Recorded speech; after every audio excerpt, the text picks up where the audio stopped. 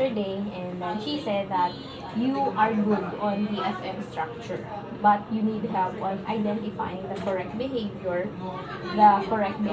to coach on. So today, I'm gonna teach you how to identify the correct behavior.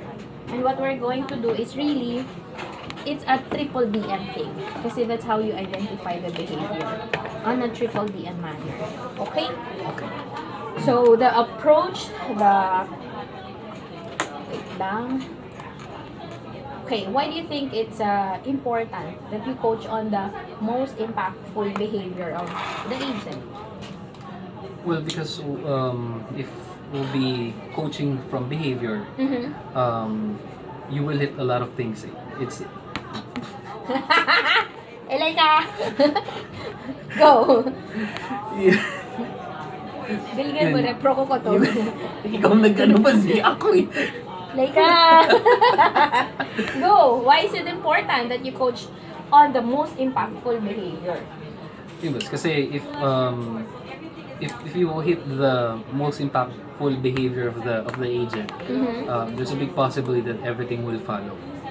So it's just like you're hitting parang two birds in one stone yung When you say everything will follow, what do you mean?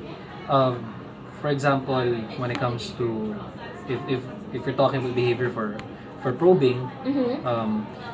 just like what my L1 huddle is all about, Mm-hmm. the agent's HT will go down, Mm-hmm. the repeats will lower down also.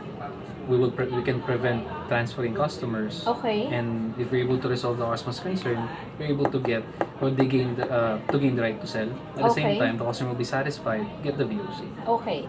So, just to give you an idea or to help you understand the importance, I'm gonna draw. So, this is where you are right now. You're on letter A. And then this is the destination that you want to reach, letter B. And then this is your big problem. If you're gonna work on the most impactful behaviors, sabihin natin siya kasi yung iba, ganun-ganun sila. If you're gonna work on this, you have a better chance to move to here agad. But if you're gonna start working on this one, maliit lang ang impact. So the reason why we want to work on the most impactful behavior, kasi we want the most impact. Kasi yun ang, that's the behavior that will have the most impact on the numbers that you want to move. And then numbers are correlated pa. So No. when one moves, the other will move. And the reason why we will work on the behavior, we close the gap so that the performance is nasusustain. Hindi siya yung the numbers will dance on us. Okay? So today, that's what we're going to do, and we're gonna simplify this. I know you asked me to help you on triple DM. That was my utang, and today I will pay you na. We're not gonna look at it as a team kasi mahirap siya. We're gonna identify one agent. We're gonna calibrate on that, we're gonna do some correlation. We're gonna calibrate on ano ang kanyang most impactful behavior based on the numbers that we see, correlating it back to the promise, and then we will validate. We'll listen to the calls to validate our assumption. Once we're done with that, you can go back to the agent and ask why na. Kasi it is very important to know the why. Okay? So, I have the dashboard here. This is for you only. I have October, November, December, and I want you to pick who's the agent that you want to work on. Pick an outlier agent. For any metrics po. Yeah, just think of an outlier agent. Any metric. All metrics. Salgado. Oh, Shaira? HT. But she's gonna be out for 2 weeks. Ay, sorry. Juvie. Pavia. Pavia. Okay, so Pavia, the VOC is 80%. And the knowledge and expertise is 87. So, si Pavia, magaling siya sa telepono. Maganda ang tunog niya. Resolve request is 75. So, magaling lang siyang magsalita. Hindi magaling mag-resolve. 8 sales. No wireless yet. Well, yesterday, matagal pa yun. Oh, very high HT of 694. And then, transfer 34. transfer is at 34%. 17.86 ang repeat. So it's kind of difficult. So we're gonna do the one that I have taught you guys before. Oh, I don't know if I have taught you this one na. But this is the, I don't know how you call this. Ano ba tawag dyan? Okay? Yeah. This is Jovi. So Jovi's VOC, HT, R7, and then Expert. So Jovi's VOC is 80% with KNE of 87 and 75 on RR. So is passing, not passing? Passing. Passing, diba? So this one is not passing. The goal is 85. HT is 594. 694. If you're gonna look at the talk time, 680. And then the ACW is 10. ACW is 10, mababa lang. So marami talaga siyang magsalita. Grabe pala talaga. Kaya may 5 hours siya na call. Repeat is 17.86%, which is very good. Kasi the goal is 19.5 and mga isa lang siya sa 7 na pumasa. The transfer is high, 30.75. Yung all in all, 34, pero yung magre-reflect sa attainment niya, yung Rio transfer only, which is 30.23 pala. Okay. Okay. So with this one, passing VOC, passing repeat, high HT, high transfer. You have to think of the promise. Ano kaya sa the promise? Hindi pumapasa si Joey. Is it uncover need? Is it personalized solution? Is it warmly welcome? Looking at the numbers. Well, looking at the numbers, it's more on probing. And it's Sino more... si Archie na naka-join? That's a workforce. Sa workforce ba yun? Yes. Kasi naghahanap sila ng IT personnel. Eh, yung go-to meeting, hindi ko alam kung paano umattend dun sa go-to meeting na yun. IT personnel that's Kailangan daw ng IT. Kailangan nilang makakausap ng IT. nasa 6th floor yun. Yung IT. Mm. Wala tayong... Tsaka nakaproko kami, Ben. Ay, okay po. Sorry po. Thank you. 6th floor yun, Ben. Okay. So, this is the promise. With this kind of VOC na pasado, R7 na pasado, bagsak na HT at bagsak na transfer. You think the problem falls under warmly welcome? No. No. Okay. Do you think the problem falls under uncovering need? There's a part when it comes to transfer. Mm-hmm. Because... If I am knowledgeable and expert to the customer's perspective, my customers are not calling back kasi 17.86 lang siya, sobrang pasado. My VOC is at 80%, sobrang pasado versus the goal of 60. You think I have an issue with uncovering the need of my customers? Well, wala na, boss. I can say not anymore. Mukhang marunong, no? Mm. I think based on the stats, this is the assumption Yeah. portion already. Based on the stats, mukha siyang marunong namang mag-ask at mukhang marunong siya makinig and mag-own. Maybe not so much on the own, pero definitely not so much on uncovering. Parang kaya niya. So let's review what is under personalized solution. Under personalized solution, there is a solution that fits each customer. That's sales related. Friendly expert using the resources. Keep it positive. Gain agreement is recap. Answer questions clearly and simply. Make sure every need has been met and handle requests to complete. No, it's the same.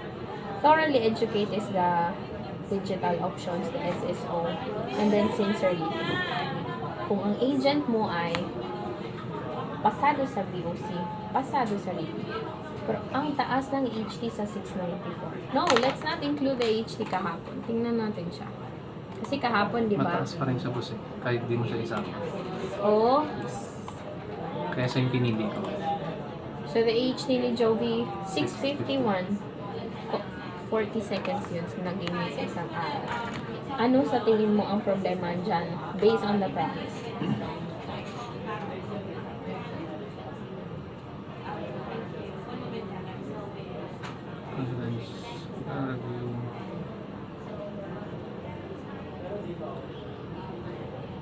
Well, nag-ano kasi boss when it comes to transfers, possibly yung find a personal solution. Mhm. Kasi Personalized solution? The find a personalized solution that actually falls for KNA. nagfo-fall siya sa integrated solution or benta. What do you think of this one? Answer any questions, concerns clearly and simply. Yes, boss.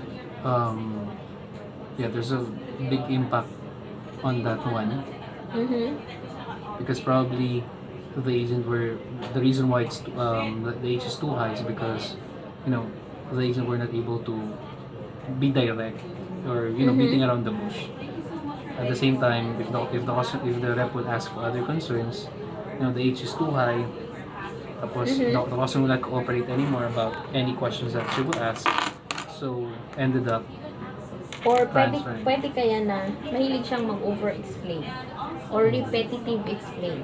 There are agents like that na they hit it bullseye but they would like to do it again and re-explain again. Yeah, that's the thing that my support and I is also talking about because Ravis is the one who is always focusing to the people who has high HT. Ganun ba siya? Yes. So it So, na-explain mo na, i-explain pa niya. Tapos, ulitin niya, konting trigger lang ng customer, will re-explain again. And the reason why the transfer rate is this high, because she doesn't get enough number of calls. Hindi siya makakuha ng saktong divisor dahil na ang age niya ay isang kaderma. May impact ba to sa benta niya? yes. Ano ang impact? First of all, even though the agent were able to resolve the customer's concern, but the time that the agent consumed on the line just to resolve the concern is very long. The customer will not give the agent anymore a chance to parang to pitch. At the same time, the agent will think about her HT. So magiging FY offer na lang yung dating sa customer. Okay. Do you remember yung huli nating huddle? Ang sabi ko, we have agents na will greet the customer, how are you? I can help, ask questions, and then AER, and then resolve, offer, recap, close. Meron naman tayong mga agent, this is the good one, this is the not good one. Greet the customer, how are you? Ichiwit, tapos konting AER, and then resolve questions, resolve questions, resolve questions. Saan siya nag-fall dyan? Dito sa part na to. Sure ka? Yes. Previously ba Based on what you've observed. Yes. So, Jovi, alam ko may ganun pa tayong agent eh. So, mataas siya mag-HT dahil hindi siya answer questions clearly and simply. And then, if you're gonna pick a second behavior based on this one, ano ang problema niya?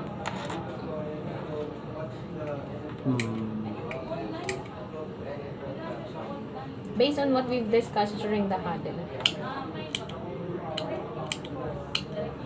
Ano yung title? Do you remember the title of the activity? Yes, boss. Yung sa... Naalala ko lang, boss, yung part na to eh. So, The title of the activity is Uncover Need, When to Ask. I want to ask. So, the Jovi may not have a problem of asking questions. Pero ang problema niya still falls under uncover need is specific to right timing of asking questions. Okay? So, dalawa ang behavior natin. Uncover need, ask questions, pero hindi questions ang problema niya, yung timing. And then the other one is answer clearly and simply. Sa tingin mo. Okay na? Yes. So, now that we assume, we have to correlate things para maintindihan mo. So, this is how you correlate it. So, Jovi, magaling siyang magsalita sa telepono. Hindi nga lang siya pasado sa resolve rate kasi nga hindi niya na-address lahat. Bakit? Sa gitna kasi siya nag-a-ask ng questions tungkol sa mga need ni customer. That prolongs ang HT niya. Kumukonti ang calls niya, na tumataas ang transfer niya kasi konti lang ang divisor niya. Ang customers niya, dahil marunong naman talaga siyang magtanong, na-address naman niya ang main concern, they do not call back. Pero dahil sa long call niya, hindi na siya nakabenta. wala ng oras, or nag-FYI offer na lang siya. So that's how you correlate things. You talk about, you identify the promise based on these, and then i-connect mo siya. Yun ang ilalabas mo sa triple DM. Okay? So are we ready to listen to calls to Jovi, or do you have questions? Wala lang. So, Yeah. while doing that, boss, just to clarify, hindi ma-clarify, just to ask, yung part na to, pwede akong maggawa ng per agent ko na ganyan. Pwede naman. Para- If it's an outlier, yes. Gawan mo siya. Pero so sa triple DM mo, you identify 5 outlier agents. Tapos, gawa ka rin ng one for the whole team. Yung group mo na passing. So your triple DM, meron siyang 5 explanation. Bakit siya? Kasi this one will give you the idea on what to focus per agent. Pag outlier kasi kailangan special sila. Alright. Ano pa yung question mo? Wala na, boss. May naintindihan ka ba? Meron, boss. And honestly, ay mamaya na lang. Sige, sabihin mo na. Kaya mas kanina, yung bago tayo mag-L2 nakaraan, di ba nag-L1 ako nun? Ganito rin yung pinagawa ko sa kanila. Yung format ng calls nila. So, ewan ko, baka minalasan dahil nilong ko siya kahapon, kaya hindi ko nakita kung nag-reflect ba siya kaagad. Tapos ngayon nag-ODI. Okay, so ang AHT ni Jovi ay 651 without a call yesterday. So, 651 divided by 60, that's 10-minute call. So, that's the call that we're going to listen to. Yung matang 10-minute call niya. And from there, ang babantayan lang natin, what are those behaviors? Yung task, yung right timing, or yeah. Yes. And then yung if it's yung paulit-ulit niyang yes. yung So those are the two things that we will watch lang dito sa call na to. Do we have to listen to the entire call? No. So pakinggan natin sa una, tama ba? We're just gonna validate kasi our findings. Kapag marinig natin, napakalat nga siya magtanong, then tama tayo. Kapag maparinig na paulit-ulit siyang magsalita, then tama tayo. So we will listen from start until the resolution part only. Mga mid-resolution. So 10 minutes, I'm gonna send you the call ID. Huwag kang mag-alala, magsasalita si Joby. Dapat magsasalita si Joby. I like Hi, thank you for calling. My name is Jenny. May I have your first and last name? Jenny Romanes. Hello there. May you also provide me a good contact number so we can reach you by phone or text with information about your agency services? 305-447-3548. Thank you for that information. May I call you Jeannie? Jeannie. It's Jenny. Jeannie. How can I help you today? I probably should have called you guys first. I called AT&T, and I think now I'm just confused. So I received a bill from AT&T, and I'm a new customer to DirecTV now. We just recently got it from you guys. So my last AT&T bill, it had on there my DirecTV payment, and it was due December 17th, so I paid that. Now I've received the second payment by DirecTV completely by itself, saying it's due December the 28th. And it's the billing period, which is 12/8/17. And I was just wondering, like, why am I having to pay 2 payments in 1 month? Okay. So I do understand that the reason why I called us today is because you are a new customer from DirecTV and you receive a bill from AT&T and then you receive another bill from DirecTV. Is that correct?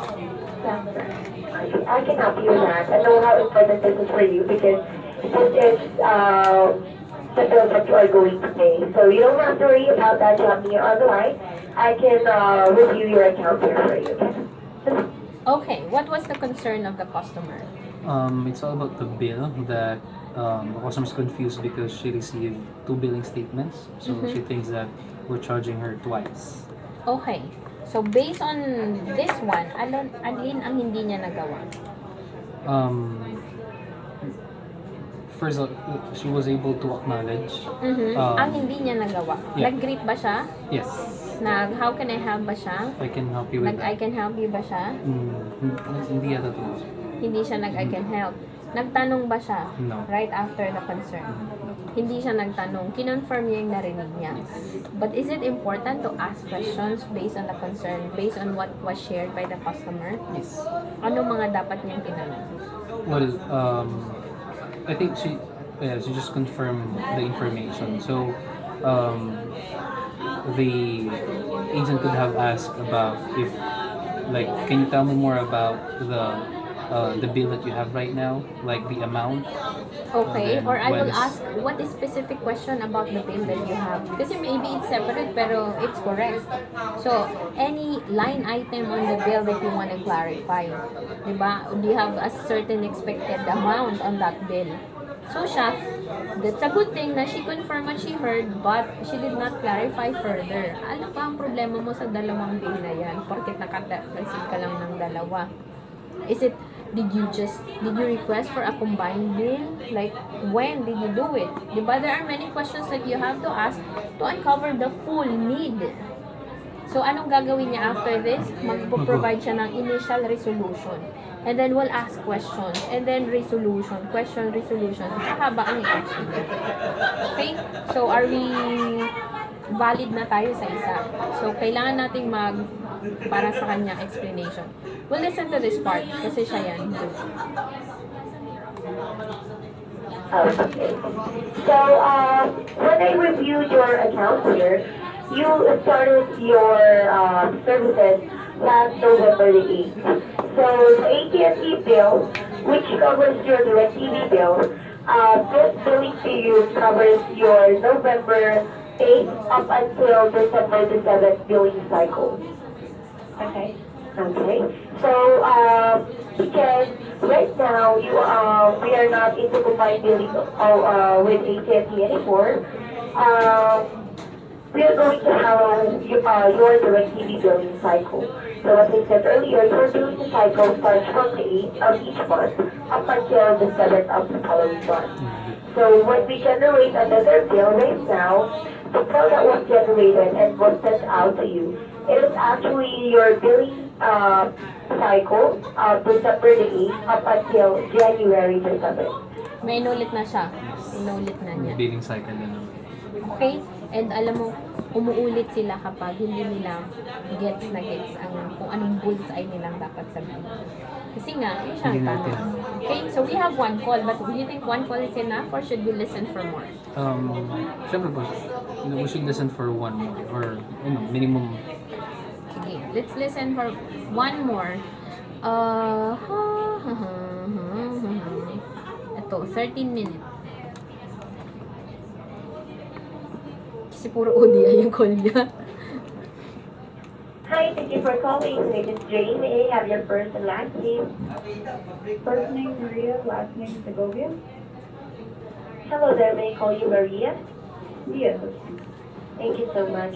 And Maria, may you also provide me the callback number so we may reach you by phone or text with information about your agency services? It's 951-207-7262. Thank you for that information. And how can I help you today, Maria? A couple of weeks ago, I had called to put my new card on in the system because I usually when the bill is due, they just take it out of my account. So I called, but I noticed that it hasn't got taken out of my account. I don't know if it I was too late, when I switched the account number.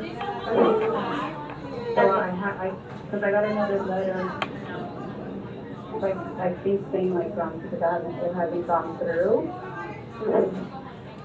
Okay, ano yung concern? Also calling about the payment or automatic bill payment that customer have, and the customer's concerned about it because I think she updated her card information, so she just want to confirm if the payment went through for this month. Sure yun. I asked kasi I did not hear. Yun yung pagkakarinig ko, boss. Do you want to play it again? Take two, boss, like Maria? A couple of weeks ago, I had called to put my new card on in the system because I usually when the bill is due, they just take it out of my account. Mm. So I called, but I noticed that it hasn't got taken out of my account. I don't know if it I was too late, when I switched the account number. So because I got another letter, I think saying because it hasn't gone through. Okay. So I want Okay.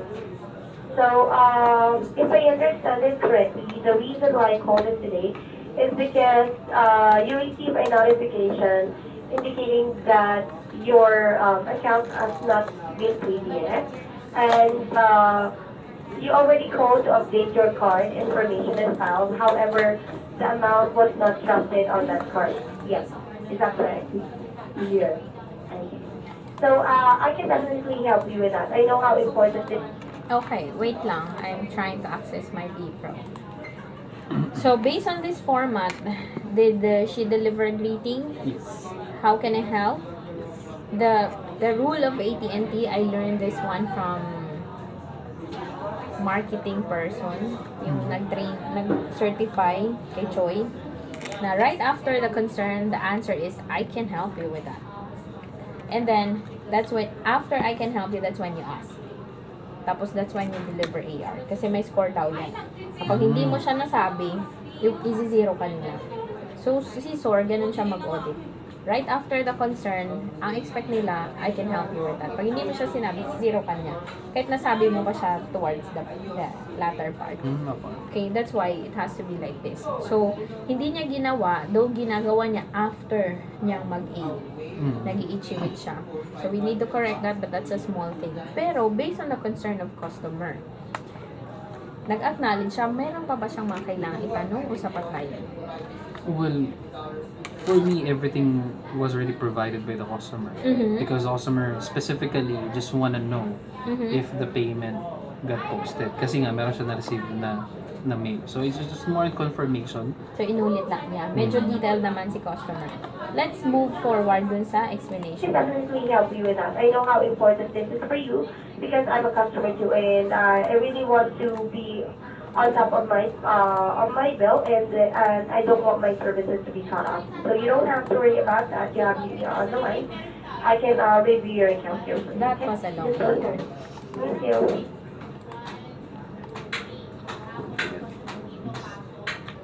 So Maria, when it checks here, usually your auto payment is drafted on the 8th of each month.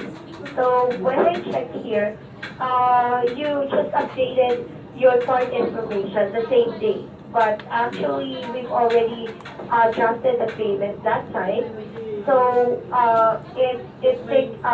we drafted the amount on your previous card. That is the main reason why it was not drafted on that new card that you have. So what we can do here is I can process that payment for you if you want. And because you are enrolled to auto payment, what I will do here is I'm going to waive the full transaction fee for you, okay? Okay. Active pa. Okay, so the amount that is currently due, let me check. Okay, wait lang. What can you say about yung kanyang explanation? Well, first of all, it sounds like siya yung hindi sure sa sinasabi niya. Focusing on the answer clearly and simple. Kasi yun lang ang binavalidate natin. Pasok pa siya dyan? Ba siya dyan? Or hindi? Hindi. Kasi there's a part na check for understanding before moving on. There's the customer did not even answer that, okay, so that's what happened. Parang there's no yes or no from the customer that that can give her a signal na okay, I can move on to this resolution. Okay, so bagsak siya sa part na yun. Mahaba ba o sakto lang or it can be better yung kanyang It can be explanation? better. It can be shorter and simpler and more understandable. Parang ako, what I'm gonna say, what was the concern ba? Yung audible pay na gusto niyang masigurado? What I'm gonna say is, ma'am, you are on audible pay right now. And would you mind giving me the last 4 digit of the card so that I can confirm if it's the same on my end? Pag sinabi niyang, okay, you are on audible pay right now. And then I'm gonna check the account. Alright, so for your account, I know you're concerned about your balance. It's 116.09 and I can go ahead and process your payment today. It's as simple as that. Pero siya, it was a long explanation. So dito siya nagyari, no? Yun talaga. So down, 2 calls down. We've validated our assumption. Should we listen for one more or we're okay na? For me, it's okay na, boss. I just wanna, kasi today itong mga calls na to, just wanna also check if ginagawa ba nila yung mga pinag-uusapan. Ginagawa niya ba yung pinag-uusapan? Okay? So, ito, opportunity niya, hindi talaga siya nagtatanong, but consistent siya sa A. Tapos dito, ang opportunity niya ay mahaba siyang Mag-explain. mag-explain. Bakit kaya mahaba siyang mag-explain? It's because what? The one reason why the agent provides long explanation is because they're not confident. They're afraid na what they're gonna say is not right para sa tingin ng customer. So, the checking customer's understanding is important. Baka Clear. mahihain ba siya? Okay. So far, that's how you identify a behavior for the agent. So, since we've identified 2, anong dalawa muna? I mean, what are you gonna prioritize first? Well, but you can work on 2, 1 to 2 behavior naman. Yes. Okay? And, yun, since I'm working naman sa probing, yung, kasi I kung, think the probing is a quick fix for her. No? yun nga, boss, kaya nga inaano ko lang, kasi, sa tingin ko naman well, yung ibang calls kasi talaga, hindi consistent, but I was able to listen, kahit hindi ako ng side by side sa kanya, kahit sa kabila, pinapailan ko pa rin siya. May mga probing siya. Totoo yung boss, talaga. quick fix talaga siya. Ito talaga. Ito talaga yung problema niya. Answer any questions. And I'm you sure have. it's the same with Salgado. Sure ako dun. Okay. So that's how you identify a focus behavior for the agent. You look at the numbers, and then basahin mo siya, connect it with the promise, and then i-correlate mo siya. Okay? So I would like to hear what have you learned from this activity? Well, first of all, it's very helpful yung part na Walang Barbie? totoo boss, promise. Kasi ito Okay. ngayon ko lang ito nakita. Yung for me to identify behavior that will help me for my triple DM. Yung the way how you will natagos yung second part, you will Gap assumption. you will you will do your assumption dun sa mga outliers. Second is itong part na to was yung sa process, yung sa flow. Ang tawag na to, yung importance niya. Especially may mga agents ako na isa dun sa mga not so right process na ginagawa. So ito talaga yun, yung sakit. Seryoso yan ang sakit nila. Okay, so ngayon, masasabi mo ba na marunong ka nang mag-identify ng behavior? Yes. Okay. And then, let me just check.